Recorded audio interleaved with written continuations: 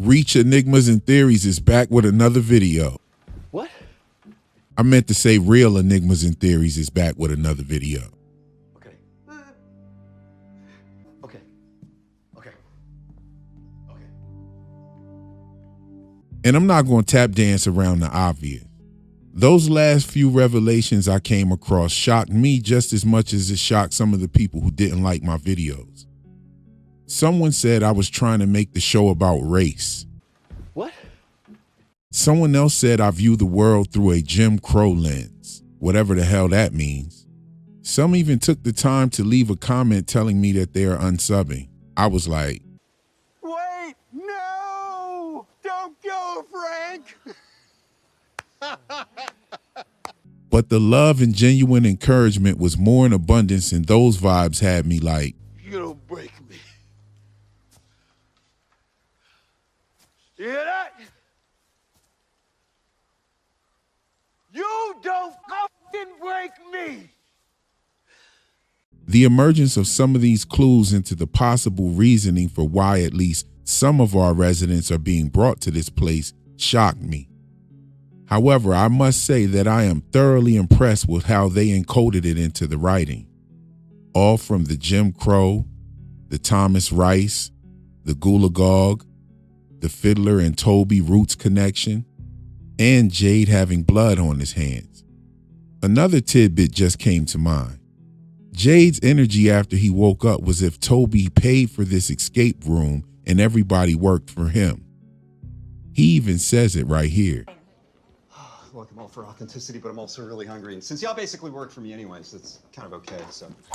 Ow, what the? These clues were so easy to look right past until you put them all together. Even Jade's French bloodline possibly being tied to the Civil War. I have to mention this.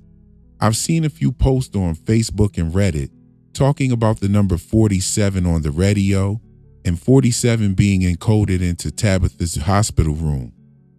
Khatri even brings up 73 books in the Bible and says maybe they're making the 74th, so there's another 4 and a 7. The 4 and the 7 also tie into the Civil War, being that there were also 11 Confederate states, which is the sum of 4 and 7. Boyd also has a few characteristics that can be tied to the Civil War as well, one being his last name, Stevens. Thaddeus Stevens was a very passionate Republican abolitionist who championed the rights for blacks for his entire political career. He was also in an interracial relationship with his longtime housekeeper, Lydia Hamilton Smith, of whom he never officially married. Also, I remember reading a few of his speeches back in middle school, and this guy used to spit flames. I even recall in the movie Lincoln, Tommy Lee Jones portrayed Stevens and displayed that fiery mannerism. Boyd's talk with God reminds me of the energy that Jones brought to the character of Thaddeus. I also thought that the name Tilly could be a play on the name Emmett Till. Here's a quick speculation about Tilly.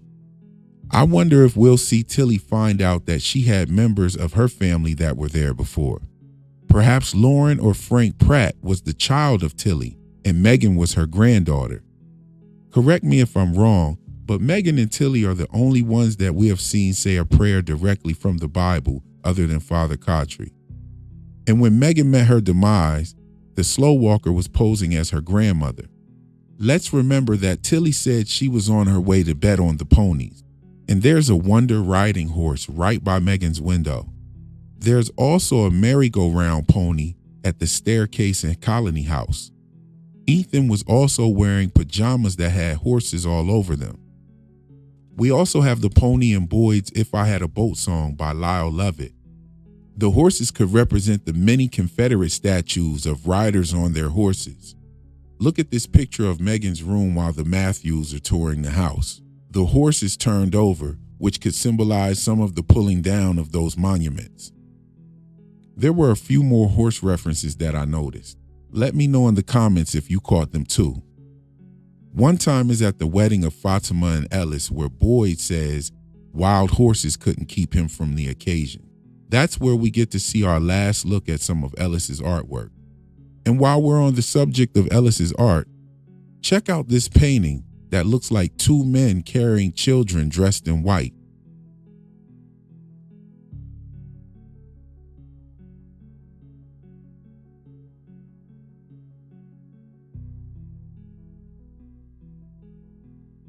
Also, something else I noticed in one of Ellis's pieces is this. It kind of looks like the glass at the tower. Notice the pattern in this reflector pane. Some of the glass reflector planes were broken at the tower.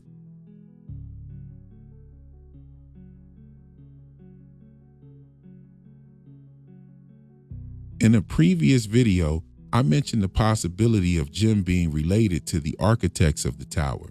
I also showed the relation to the Crowmen. Moreover, I have given a strong case for Jade being the chronicle.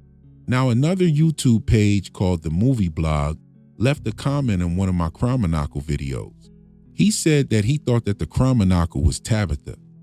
He explained that while in the tunnel with Victor, the ghoulish child showed her the puzzle that we see Ethan playing with, and that would serve as the map to the way out. He and I also met on Reddit and discussed it there as well. Then in a video I dropped a few weeks ago, he left a comment saying that he was starting to like my theory on the chronicle. But after further review, I think we both got it right.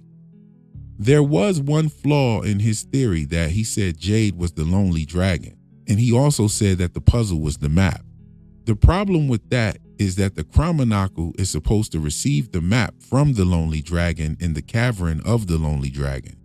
This would make Jade the chronicle, since he got the book of symbols from a pile of things that nobody wanted. He got those from Tien Chen. And Tien Chen, funny enough, is the name of a Dragon Ball character. Not only that, Tabitha tells Ethan that the bracelet she found in the storage room was a piece of Lonely Dragon's treasure. So that would definitely make Tien Chen the Lonely Dragon, and it would also make Jade the chronicle. So how are we both right?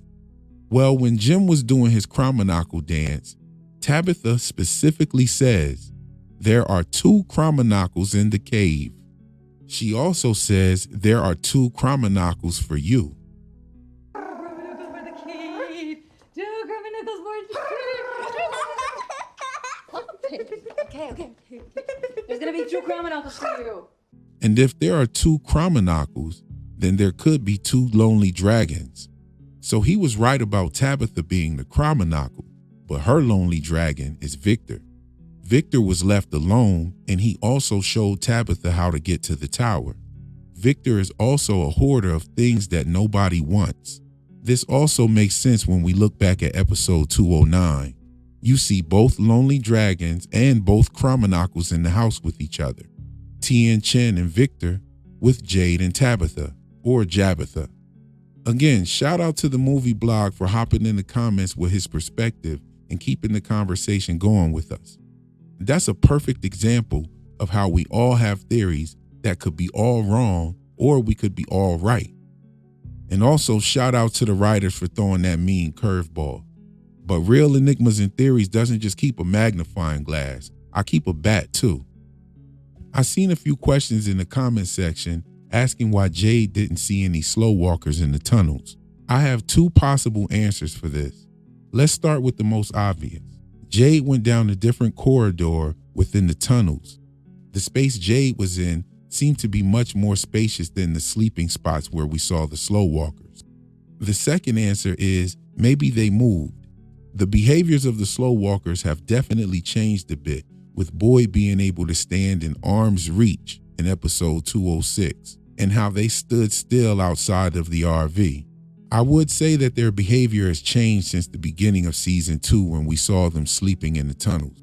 I also think we'll see him encounter them at the beginning of season 3, just like we saw Tabitha encounter them at the beginning of season 2.